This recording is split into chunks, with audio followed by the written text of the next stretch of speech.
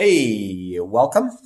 It's still Unit 1, and what I'm going to do today, rather than giving you an overview of content, we're going to talk a little bit about one of the FRQ styles, the argumentative essay.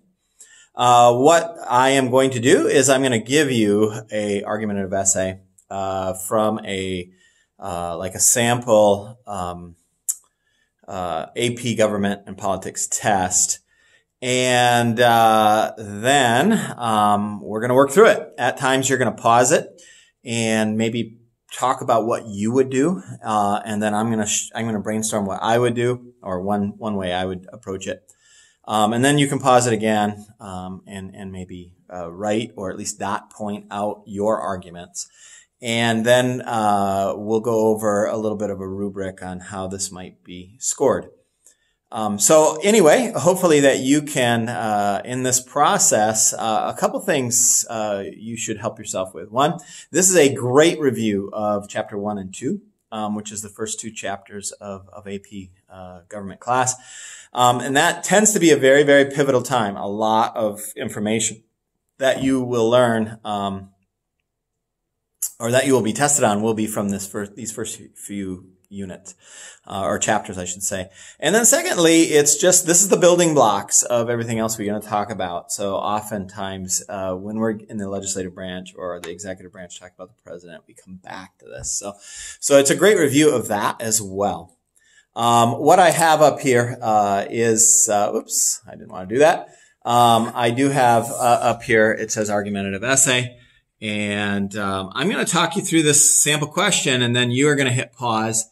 And then from there, we will then talk about how we might approach this. So hopefully you can read this well. But it says, develop an argument that explains which of the three models of participatory, or three models of representative democracy, participatory, pluralist, or elite, best achieve the founders' intent for American democracy in terms of ensuring a stable government run by the people. All right, that's a great prompt. And then you can see your breakdown. It says, in your essay, you must articulate a defensible claim or thesis that responds to the prompt and establishes a line of reasoning. Secondly, support your claim with at least two pieces of accurate and relevant information. The two pieces of evidence must be from one of the following foundational documents: Brutus 1, Federalist 10, or the U.S. Constitution. Okay. You may use another piece of evidence from another foundational document from the list or from your study of the electoral process. And then the last prompt is to use reasoning to explain why your evidence supports your claim or thesis, and respond to an opposing or an alternative perspective using refutation, concession, or rebuttal. So at any point you can pause your screen and read this more carefully. I'm hoping that this is quality such that you can read it on your screen. If I watch this and it's not great, I'll try to provide an additional screenshot or PowerPoint that has the question itself. So anyway, but let's just talk through this a little bit. I'm going to try to set it up so that I can be on this and you can still maybe see parts of this question. So first of all, the argumentative essay is no more points than the other FRQs, but it takes you probably twice as long. And so it's going to take a while to really get what you're supposed to do. I haven't looked at statistics from the first year test yet, but I'm guessing that this is one of the harder FRQs. This is an FRQ that it can trip people up. So anyway, but now that you have looked at the answer, one of the first things you should do, especially with this one, is to brainstorm. Brainstorm, like what are they meaning? And hopefully, you have, recognized some things, although the vocabulary is a little bit different. So the first thing, it says develop an argument which explains, which of the three models of representative democracy, participatory, pluralist, or elite, best achieves the founders' intent for American democracy in terms of ensuring a stable government, run by the people. What you should latch on to there is those theories, okay? The theories that we learned about in chapter 1. They call them models here, but they're theories from our book. The other thing that may trip you up is they talk about a participatory model, which we did not use that vocabulary from our book. I'm hoping you can figure it out. If you haven't yet, you may just want to pause this and try to figure it out. Like, what would you do if you didn't know that going in? What could you possibly go back to? But what they mean by participatory are what we call traditional democratic theory. And that is that theory like we live in a representative democracy and we try to get people involved. We try to get people voting. It listed a bunch of things in your book, but that's what they're talking about with that. So hopefully you could figure that out. And at times on the AP exam, you're going to find some things that are just slightly worded differently. And you have to use your problem solving skills to say, well, I can link it to what we talked about in this way. So, anyway, but knowing that is the first thing. And that's what we're going to work with. Okay. Now, you can pause, this video at this point and try to then dot point how you would answer this question. Or you can wait, because what I'm going to do next, after, kind of deconstructing, what they're asking for, one of the things you really should do is brainstorm. And so what I did over here is, I brainstormed, just a little bit of what they are, addressing here. So, obviously we're talking about traditional democratic theory and, how does that happen in our U.S. government system? That traditional theory, again, based around voting rights, based around participation, and those kinds of things. That is what we hope for. But then there are these 3 other theories or models as well. And that rather than everybody just being involved, and pushing for, more involvement, you really have situations where either the rich are running it, the system, either that or groups of people, factions, would be contending for what they want, and that would be the pluralist or pluralism. And then finally, the idea of hyperpluralism, which isn't even addressed in our essay here. They did not give us that choice, but that's where we have so many small groups and so much infighting that nothing ever gets done. Okay. So you can again think about like, how would I address these topics with that question? And that may need to happen, as you think about how you would answer this question. Okay. And then the second thing that we're going to brainstorm is we're just going to remember, what is Brutus 1 all about? And again, Brutus 1 is about somebody criticizing the U.S. Constitution, saying too much power goes to the central government. Once the states give up that power, they're never going to get it back.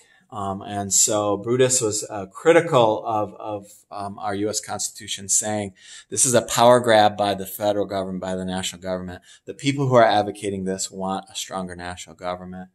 Brutus 1 also talks about the idea like states need to have a bigger say. They're going to lose their sovereignty if we sign on to this new constitution. So this is very much an anti-federalist piece of paper, a document. Then we also have the U.S. Constitution. In our study of that, you should remember that there's a lot about checks and balances in there. There's a lot about the supremacy of the national government. However, there's also a lot about federalism, which we haven't talked about yet. But that idea, like we're going to try to balance state government powers with the national government powers. And then lastly, there's Federalist number 10. And Federalist number 10 talks about how the U.S. Constitution does a good job of answering the question of this tendency in humans to form into groups or factions and then try to consolidate power and extend power at the cost of liberty. So those are our documents there, and a brief overview. And by brainstorming this, I can start to see what I might do with this essay. What I would like you to do now, if you haven't paused it already, is to go back to this question and dot point how you would answer everything. And then in a minute, I'm going to give you my thesis. and then explain how I might bring in these documents in every sort of way. So I'm going to focus on here just for a second, and you can hit pause. Okay, I'm back, and here is what I am going to say to you now. This would be my thesis for this particular essay, and then I'm going to explain it. I'm going to explain it using the question again. But the thesis I came up with, I could have come up with others as well, but I would say the pluralist model of representative democracy best achieves what the founders intended because it works well with the checks and balances built into the U.S. Constitution and deals well with the power of factions as seen in Federalist 10. Okay, that's my thesis. You can see, again, I'm borrowing or using the vocabulary they prompt me with. As far as, restating that, it is important that you restate that when you construct your thesis. You can see that my thesis is already pointing the direction. I'm already using the two prompts that I was told, and so you can already see how I'm structuring my answer, that I'm going to use the U.S. Constitution and the whole idea of checks and balances, and I'm going to use the whole idea of factions from Federalist 10. I could have built into my thesis that refutation or that counterpoint. I did not, although you may want to work on that as well. That would have been a third point, like in spite of the fact that we might see threats to sovereignty by this U.S. Constitution as seen in Brutus, number 1. But, again, you should kind of look at what you identified as your thesis. And again, this is a well-constructed, hopefully a well-constructed thesis that will serve you well for this particular question. Okay. I want to talk you through it a little bit. Once this thesis is stated, you already have your roadmap for how you're going to answer the rest of the question. So after this thesis is stated, I then need, one paragraph is going to be on the U.S. Constitution. And the idea that the U.S. Constitution definitely had a lot of checks and balances, and that is going to serve a representative democracy really well. And I could give examples of, the Connecticut Compromise and the two houses, the chambers. I could give examples of the veto power by the president over the Congress in the legislative or lawmaking process. I could give examples of impeachment as different branches have power over different branches in the sense that they can impeach members. There's all kinds of specific examples that I could give in that first paragraph describing how the checks and balances work. But I do want to do that, and give those examples. And then the second paragraph, when I talk about Federalist 10 and the power of factions, I again draw in what I learned in that, reading that document, Federalist 10, talking about the power factions, that Madison was concerned about them because they tend to take on a lot of power. They try to accumulate their power at the expense of liberty or freedom, and that we can't get rid of them. Otherwise we get rid of liberty. However, they do. When you have the kind of government we have, can control factions, and that's what Madison said. We can control factions by just making sure that that you have a pluralist style government, and therefore a pluralist government where groups are contending through different branches of the government. That's actually going to limit their power without taking away their freedom to do that. That would be a strong point as well. Hopefully, you can get what I'm saying here, as you kind of look over what you did. And then lastly, if I can go back to the original question, it says, and so I've used some evidence I mentioned here, and then it says respond to an opposing or an alternative perspective using refutation, concession, or rebuttal. My last paragraph, the first paragraph is the thesis. The second paragraph is my first piece of introduction on the U.S. Constitution. Third paragraph is going to be Federalist 10. My fourth paragraph is going to be but on the other hand, because you're just showing that you can understand both points of view. On the other hand, Brutus 10 does bring up some serious concerns about the Constitution, and that it does give a lot of power to the federal government, and that power may, continue to accumulate in that central government at the expense of the states. That would be a kind of a great paragraph to go into for Brutus 10. At some point, then you also maybe have a brief concluding paragraph. And so you are going to kind of follow a 5-paragraph essay in this particular essay, argumentative essay. The other FRQs, you do not necessarily have to follow a 5-paragraph essay. All right. So I'm going to go to the last page here on my PowerPoint. And this is just how it would be marked. And this is what this was the rubric for this particular argumentative essay that you're going to learn from. Here's what it says. Articulate a defensible claim or thesis that responds to questions and establishes a line of reasoning. Hopefully my thesis did that, and I would get 1 point, full credit for that.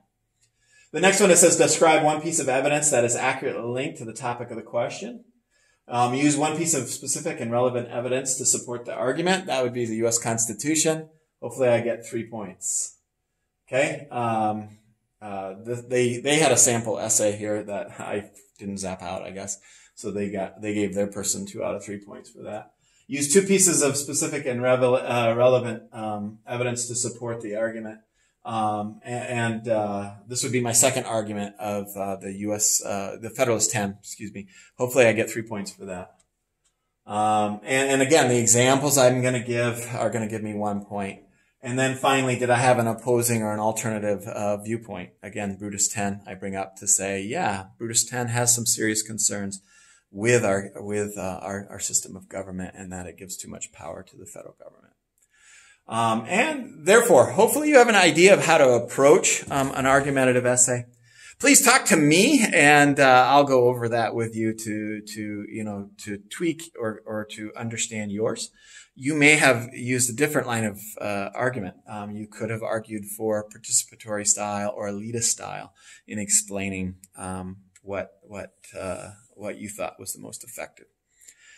Hopefully this is good. Hopefully this prepares you for our Unit 1 test, where you will have not the same argumentative essay, but another one on Unit 1 material.